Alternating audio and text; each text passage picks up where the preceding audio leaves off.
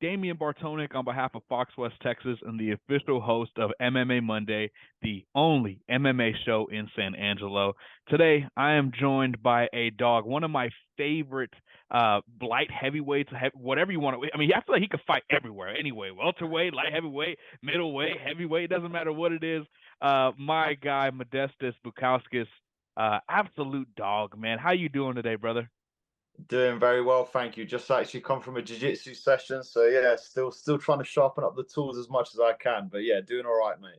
Yeah, I saw that on your or on Instagram. You reposted something where you were training with some folks out there, just getting it in, man. And especially after a performance like you had, a couple of weeks ago, you used that jujitsu, that arm triangle, which is my favorite submission to practice.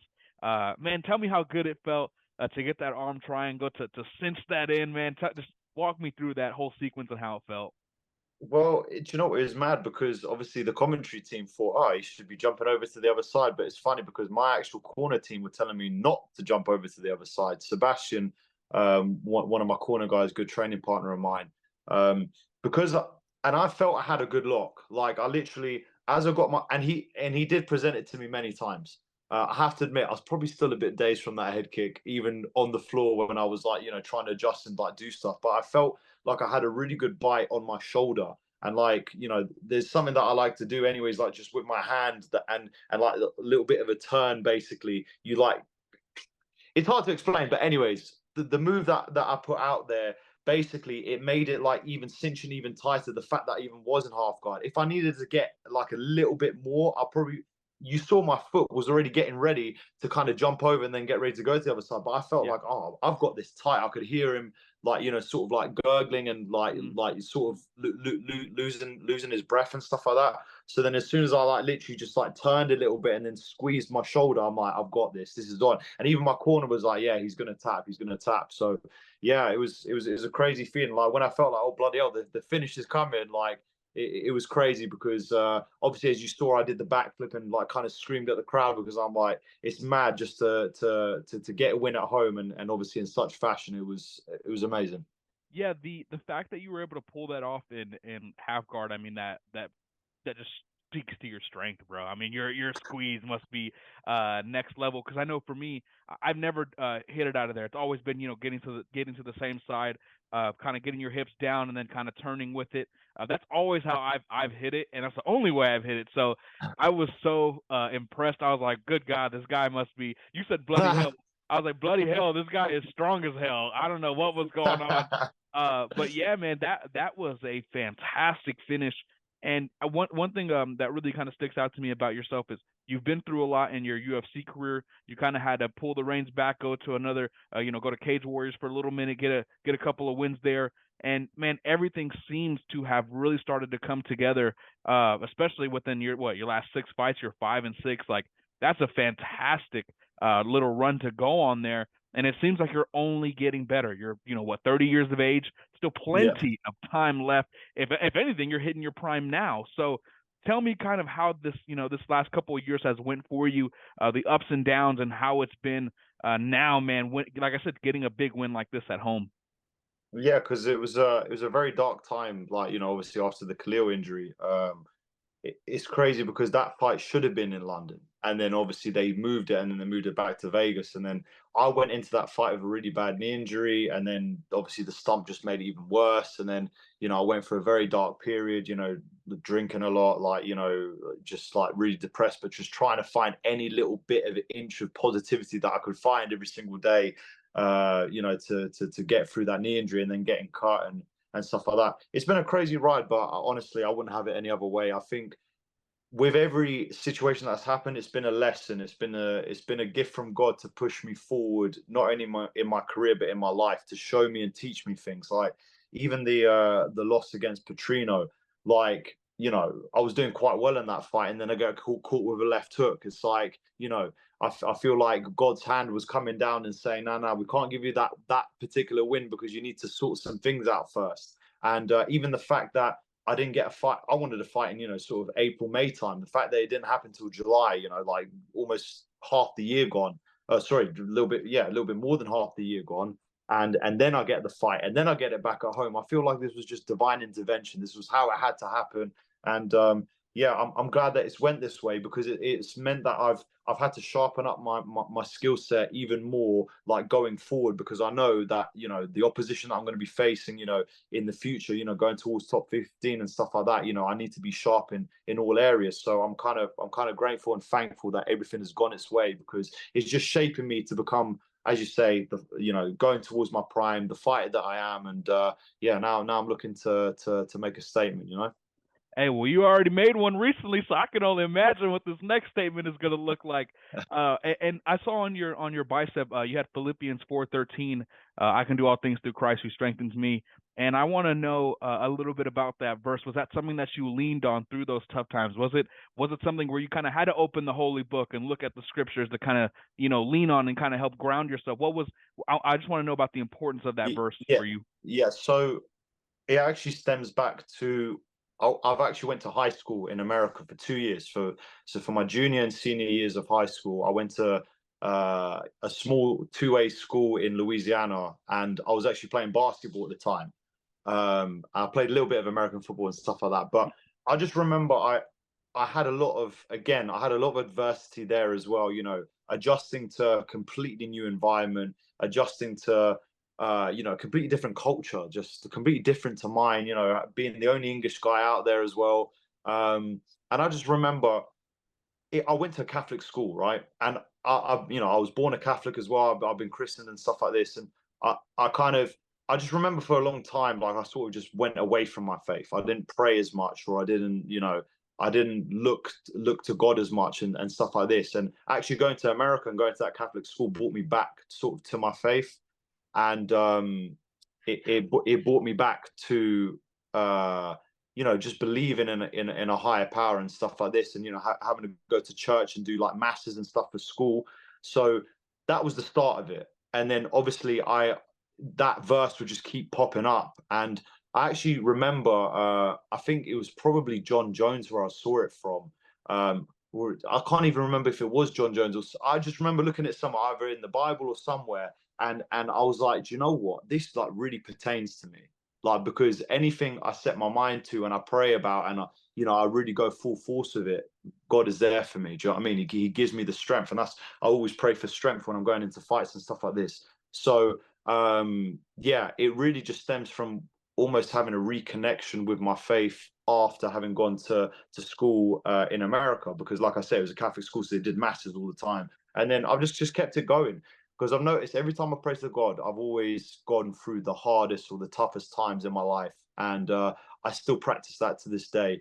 And it's really, along with the universe and stuff like this, like all of those just blend together, and I feel like all of this, all the things that have happened had to happen for a reason. Do you know what I mean? And like I say, anytime I'm feeling like I'm down and out, and I'm feeling like nothing's getting any better, you look at that Bible verse, and it's just like, do you know what? I can do this. Do you know what I mean? And it's just having belief in myself, and belief that God is helping me. And yeah, that's pretty much like I say, it just stems through a lot of things that have happened in my life. I've always had God to help me through. No, absolutely. I agree 100%. One of my favorite biblical scholars actually lives in England. His name is N.T. Wright, or Tom Wright. That he's my goat. I mean, that's literally for me. It's Tim Mackey, Richard Rohr, and N.T. Wright, man. So I can definitely appreciate that, and I love that perspective. I just wanted to ask, because I saw that on the bicep there. A couple more for you, brother, and then I'll get out of your hair. One thing that really stands out to me about your game is, yeah, you're a bigger lad, as y'all say, or a bigger fella, than what y'all say out there. But man, you throw a lot of interesting stuff, bro. A lot of crazy kicks. You're fast. You're light on your feet. I love just the fluidity of your offensive striking and even your defensive striking. I just love watching you stand in the pocket, kind of manage the distance. Tell me a little bit about where that comes from. When did you kind of realize that you were able to kind of maybe move a little bit and do a little bit of extra things that maybe people your size can't normally do? Well, I think it's just confidence, really. I mean, I've always, I've been training since I was a little kid. Since I was like 5. I had a little bit of a break, but then when I came back, I genuinely think going to school in America helps increase my athleticism. Like playing basketball, playing American football, doing all their strength and conditioning programs, it just added another layer like my body. And then when I started training, and then obviously my dad, he's an absolute mastermind, like his strength and conditioning, and then the way that he likes to do stuff, he likes to have fluidity and motion and looseness. Do you know what I'm saying? So that he always preaches that to me whenever he's training me. So that's why I'm always trying to be loose, light, using feints, switching stances, trying to just, like I say, just be fluid with my motion. And I just realized that if you want to be the cream of the crop, the top of the top, these are the things that you're going to have to be doing. So yeah, I think it's just like, along with all my athletic training beforehand, and then just sort of transferring it to MMA, that's just how it's gone. Everyone's always said it's mad that I've always got fast hands and stuff like this, and then yeah, like I say, I've just kept trying to build on it as much as I could. And I have to admit as well, training with Tom as well, Tom Aspinall, and his team up north, their style is, or his style is very similar. He likes to be light. He likes to be quick on his feet. He likes to have fast hands. He likes to have good feints. You know what I mean? Stuff like this, and it's just great because, like I said, it just completely like diverges into my game. Is brilliant, and I can just keep working on it more and more and more because they've got that same philosophy. So it just, like I say, it just blends really well. And yeah, I just never want to feel like I'm slow. So I definitely put an emphasis on that when I do my training.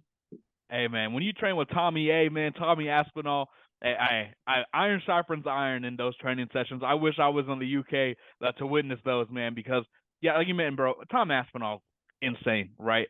And it's very interesting and unique that you guys do train together. I wasn't gonna ask a Tom Aspinall question because I'm sure everyone and their mother has asked you something about Tom Aspinall. But yes, it's very impressive, and I can see how both of you can kind of mirror one another as well. Very, very impressive. But like you mentioned, man, if you want to be the cream of the crop, the top of the top, like you said, you're going to want to have those kind of skill sets. And since you're aiming for that, I want to know, man, what's next for you? What are you kind of envisioning for the remainder of 2024? You're on the cusp of the rankings already. So tell me, what are you kind of looking for? Yeah, so I wanted to fight at the end of October. There's an Abu Dhabi card there. I think I remember I called out Ovin St. Preux, but now he's got another fight, I think, lined up. And he's fighting a bit earlier as well. I'm not sure if that's going to happen. That card's pretty stacked right now. I've seen they've already filled out the prelims as well. I mean, listen, ultimately, I definitely want to have one more fight this year. I don't know who's left in terms of who there is to left to be matched, or who hasn't got a fight yet. But obviously, I want to be trying to work my way up. You know, I haven't even got a chance to really like look at the rankings and where people are in respect to me. But bro, at the end of the day, I just got to knock them off one by one. Doesn't matter who they put in front of me. I've got to go out there and take them out. So I still need to speak to my manager about these things and see, you know, what's sort of next. But you know, I want to be aiming again for someone who's going to be again ranked higher. Marston was ranked higher than me. You know, I beat him, so I take his spot. So now I want to do the same thing. I want to keep working my way up the ladder because realistically, I want to be breaking into the top 15 next year, and you know, making a run towards the belt. I have it written actually, you know, by 32 to be the champ. So you know, I feel like I'm on a good trajectory to achieve that. So yeah, I'm just going to do everything in my power to make that happen, you know? Absolutely, my brother. Hey, I got to end the interview like this, man. I know, you know, you got Lithuanian heritage. I know, you know, you're in the UK, but I got to know, man, are you a beans on toast guy or not? I know that y'all do that out there. I'm not gonna lie, man. As an American, that is very weird, my brother. So tell me, are you a beans on toast guy? I'm 100% a beans on toast. Mate, you cannot have a full English breakfast without beans on toast. Like, honestly, there's something. Have you tried it? Have you tried it? Okay, do you know what we put, or like those beans that you guys eat? You know what we serve them with, like barbecue. Like if we have a barbecue, that's what we have those beans with. Bro, We don't have no don't toasted knock beans. it till you try it. Get yourself some white bread, get yourself a nice load of butter, just slap some beans on there, mate. Trust me, it will change your life. Put a bit of cheese on there, bro. It's like literally, it's like an unlocking to another dimension of like culinary culinary, like, you know, experiences, mate. So trust me, you need to get on that. It is the one. I Like us can't with British you. people, the I can't British with you, people, dog. they You know how to do it. crazy. You are crazy. Hey, my friend, I appreciate you. I had to ask that one, man, and get that out the bag, but I appreciate you, my brother, again, so much for the time. I want to give you the floor one last time, man. If there's anything you'd like to let the fans and the viewers know, feel free, man. The floor is yours. Yeah, well, look, well, I've got to thank like obviously all my team and all my close people around me. Everyone knows who they are. Everyone who trains with me, like everyone who's around me. I have to admit, like during fight week especially, I had a really close group of people that took care of me, made sure I had everything done for me. And I just want to thank them because, like, you know, honestly, without them, the whole experience wouldn't have been as great as it was. I got to thank obviously my management as well. You know, everything I just feel is just going in the right direction. You know, I've changed a lot of things in my life. I've started to do a lot of different things, and I feel like this is where we can unlock the full power of the Baltic Gladiator. You know what I mean? I feel like before we were kind of going at about 80%, 70%, but now we're able to unlock that full thing. And I'm actually very thankful that I've had to go through that adversity in that fight because I feel like it bodes well for the future that I can take on anything. So I'm looking forward to it. And I'm looking forward to put on a show for all the fans in my future fights.